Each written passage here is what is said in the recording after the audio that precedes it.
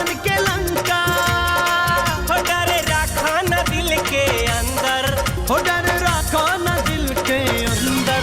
हो बोला बोला जय शिव शंकर, हो बोला जय शिव शंकर, बोला जय शिव शंकर, हो बोला जय शिव शंकर। जेहर बजेला हमनी के डंका, दहन हो जाला दुश्मन के लंका। हो डर रखो न दिल के अंदर, हो डर रखा न दिल के अंदर।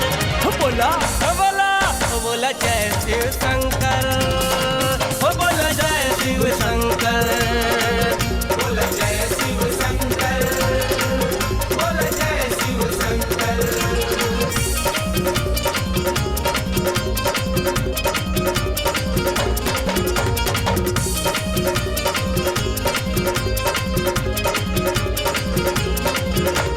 2 दिन के जिंदगी बा, प्यार से जिंदगी काट लो।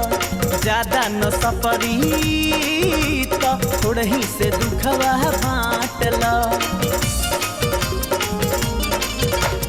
2 दिन के जिंदगी बा, प्यारे से जिंदगी काट लो। ज्यादा न सपरी तो थोड़ा ही दुखवा बांट लो। सुनो ए बाचा, सुनो ए काका, पूरी नजर से जे हमनी पता का। हाल भइलो का सांप कुछ सुंदर। हो बोला बोला जय शिव शंकर, बोला जय शिव शंकर,